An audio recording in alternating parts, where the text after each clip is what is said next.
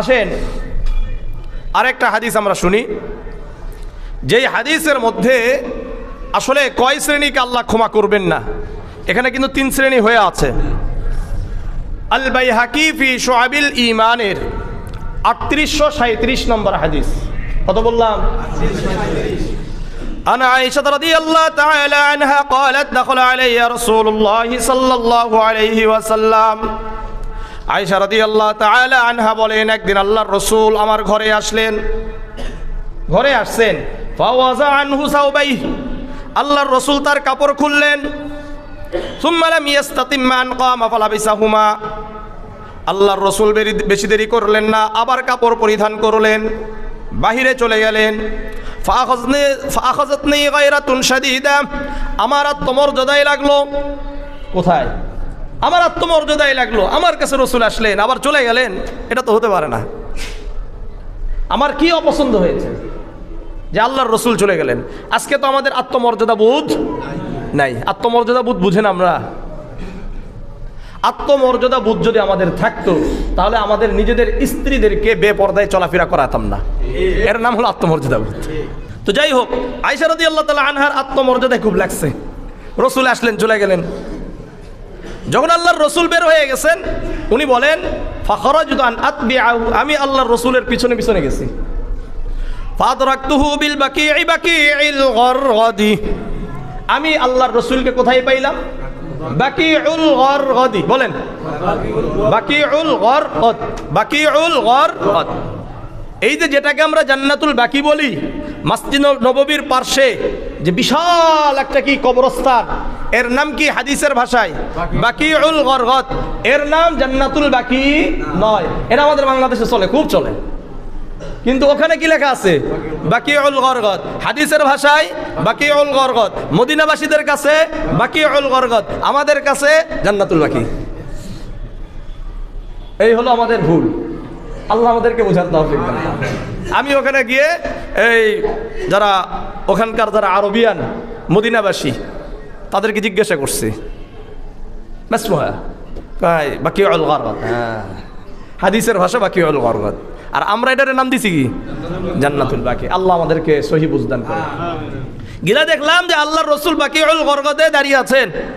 ফায়াস্তাগফিরু লিল মুমিনিনা ওয়াল মুমিনাতি ওয়াশ শুহাদা, আল্লাহর রাসূল সাল্লাল্লাহু আলাইহি ওয়াসাল্লাম আল্লাহর কাছে আসমানের দিকে তাকিয়ে দোয়া করেছেন, আল্লাহ আমার মুমিনাত যত উম্মত রয়েছে সবাইকে আপনি ক্ষমা করে দেন। মানে সবার জন্য আল্লাহর রাসূল দোয়া করছেন। তখন আমার ভিতরে একটা অনুশোচনা হলো। সবার ভিতরে তার অনুশোচনা হয় না, অপরাধ।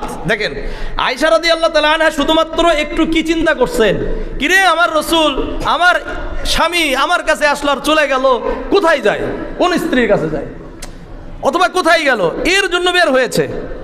এই যে একটা একটু ধারণার মধ্যে একটু কি হয়েছে, খারাপ লেগেছে। উনি এখন বলতেছেন ফাকুলতু বিআবি ওয়া উম্মি, আমার বাবা মা কুরবান হোক, আনতা ফি হাজাতি রাব্বিক, আপনি তো আপনার রবের ইবাদতে মগ্ন আছেন, ওয়া আনতা ফি হাজাতি দুনিয়া, আর আমি দুনিয়া নিয়ে পড়ে আছি। আল্লাহ নিজেকে বলতেছে, হাই হাই, আপনি তো মানে রাসূলুল্লাহকে সামনে সামনে বলতেছেন না, নিজে নিজে মনে করছেন হাই হাই, আমার স্বামী মুহাম্মাদুর রাসূলুল্লাহ উনি তার রবকে নিয়ে পড়ে আছেন, উনি তার রবের ইবাদত করছেন, উনি তার রবের কাছে তার উম্মতের জন্য দোয়া করছেন, আর আমি আমার নিজেকে নিয়ে পড়ে আছি। ফাং সরাফতু, অনুশোচনা। আর আজকে আমাদের হাজার হাজার খুন করে গুম করে এরপরে পরে আমার অপরাধটা কি? এ বিশ্রে পাই না,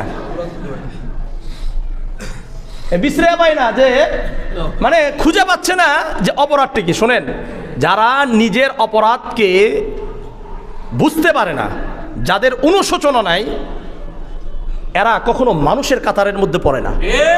উলাইকা কাল আনআম, এরা চতুষ্প জন্তুর নাই, বালহুম আদল, এর থেকে নিকৃষ্ট। আর এরা হলো জালেম। আর ফাকুতি আদাবিরুল কওমিল্লাযিনা যালামু, আল্লাহ রাব্বুল আলামিন সূরা আনআমের 15 নম্বর আয়াতে বলেন, যারা জালেম, যারা অত্যাচারী, এদের একেবারে শিকড় থেকে উপড়ে ফেলা হবে। আপনারা মনে করেছেন যে এগুলো এমনি হচ্ছে না, এমনি হচ্ছে না, এগুলো হলো দুনিয়ার নিয়ম। আসাদ নাম শুনছেন? সিরিয়ার বাপ বেটা মিলা 55 বছর একটা দেশকে পরিচালনা করেছে, 2 মাসের মধ্যে নিশ্চিহ্ন করে দেওয়া হয়েছে তাদের। কিভাবে হলো? জুলুমকারী জালেম অত্যাচারীদেরকে আল্লাহ তাআলা দুনিয়াতে রাখেন না, আর যেটা রাখেন এটাকে আগামীতে পরবর্তী জেনারেশনের জন্য, পরবর্তী প্রজন্মের জন্য শিক্ষা হিসাবে রেখে দেন। কিন্তু এরপরেও তো আমরা শিক্ষা নিই না। অনুশোচনা দরকার। আয়েশা রাদিয়াল্লাহু তাআলা আনহার ভিতরে অনুশোচনা হয়েছেন, অনুশোচনা হয়ে সঙ্গে সঙ্গে উনি বাড়িতে আসছেন। ফাদাখালতু হুজরাতি, আমি ফিরে এসে বাড়িতে ঢুকছি, ঘরে ঢুকছি। ওয়ালিয়া নাফসুন আলী, কিন্তু এই যে তাড়াহুড়া করে যাওয়া আসা করেছি, এই কারণে একটা কি আছে, হার্টবিট বাড়ে কি বাড়ে না, নিঃশ্বাস উপর নামা হচ্ছে। একবার এইভাবে কি আমরা নিঃশ্বাস নিই কি নেই না? আয়েশা রাদিয়াল্লাহু তাআলা আনহা এইভাবে নিচ্ছেন। ফালাহিকানি রাসূলুল্লাহি সাল্লাল্লাহু আলাইহি ওয়াসাল্লাম, আল্লাহর রাসূলও চলে আসছেন। এসে আল্লাহর রাসূল যখন আয়েশা রাদিয়াল্লাহু তাআলা আনহার এই অবস্থা দেখলেন, আল্লাহর রাসূল বললেন, মা হাযা নাফসু ইয়া আয়েশা, হে আয়েশা তোমার হার্টবিট বাড়ছে কেন, তুমি হাঁপাও কেন, হাঁপাচ্ছ কেন? তখন আয়েশা রাদিয়াল্লাহু তাআলা আনহা বলেন, ফাকুলতু বিআবি ওয়া উম্মি, আমার বাবা মা কুরবান হোক, উৎসর্গ হোক। ইয়া রাসূলুল্লাহ আন্নাকা আতাইতানি, আপনি তো আমার কাছে আসছিলেন। ফাওয়াসাআতা আনহু আনকা সাওবাইক, আপনি তো আপনার জামাটা খুললেন। সুম্মা লাম তাস্তাতিম্মা আন কুমতা ফালাবিস্তাহুমা, আবার এটা অল্প সময়ের মধ্যে আবার পরিধান করে আপনি যে চলে গেছেন। ফাআখাযাতনি গায়রাতুন শাদীদা, এটা আমার আত্মমর্যাদায় খুব লাগছে। এই জন্য আপনি বের হওয়ার সঙ্গে সঙ্গে আমিও আপনার পিছনে পিছনে বের হয়েছি, আর মনে করেছি আন্নাকা তাতি বাদ সুহাইহিবাতি, আপনি আমার অর্থাৎ সতীদের মধ্যে হতে কারো কাছে গেছেন, আপনার অন্য স্ত্রীদের কাছে গিয়েছেন, এটা আমি মনে করেছি। তো কিন্তু গিয়ে তো দেখলাম রাআইতুকা বিল বাকিঈ তাসনাউ মা তাসনাউ, আপনি কি করলেন এটা তো আমি দেখলাম। আপনি তো আল্লাহর কাছে দোয়া করলেন, আপনি তো আপনার রবের ইবাদতে মগ্ন আছেন, আর আমি তো আমার দুনিয়াকে নিয়ে মগ্ন আছি। এই জন্য আমি অনুতপ্ত, আমি অর্থাৎ আমার অনুশোচনা হয়েছে, এই জন্য সঙ্গে সঙ্গে আমি চলে আসছি। তখন আল্লাহর রাসূল বলছেন, ইয়া আয়েশা আকুনতু তাখাফিনা ইয়াহিফাল্লাহু আলাইকি ওয়া রাসূলুহু, তুমি কি মনে করো আল্লাহ এবং তার রাসূল তোমার উপর জুলুম করে? বাল আতানি জিবরিল, জিবরিল আলাইহিস সালাতু ওয়াস সালাম আমার কাছে এসেছিলেন, এসে বললেন, হাদিহিল লাইলাতু লাইলাতুন নিসফি মিন শাবান, এটা শাবানের মধ্যরাত্রি। ওয়ালিল্লাহি ফিহা উতাকাউম মিনান নার বিআদাদি শুউরি গানামি কালবিন। আর জিবরিল আলাইহিস সালাতু ওয়াস সালাম বলে গেলেন, এই রাত্রিতে আল্লাহ রাব্বুল আলামিন কালব গোত্রের যত বকরি রয়েছে, এই বকরির যত পশম রয়েছে, এর সম পরিমাণ আল্লাহ তাআলা মুক্তি দিয়ে দেন। আল্লাহর বান্দাদের মধ্য হতে এমন কালব গোত্রের যে বকরি রয়েছে, এই বকরির যে পশম রয়েছে, এই পশমের সম পরিমাণ আল্লাহ তাআলা তার বান্দাদেরকে এই রাত্রিতে ক্ষমা করে দেন, মুক্তি দিয়ে দেন। তাহলে বুঝা গেল এই রাত্রিতে যেহেতু কি দেন, মুক্তি দেন।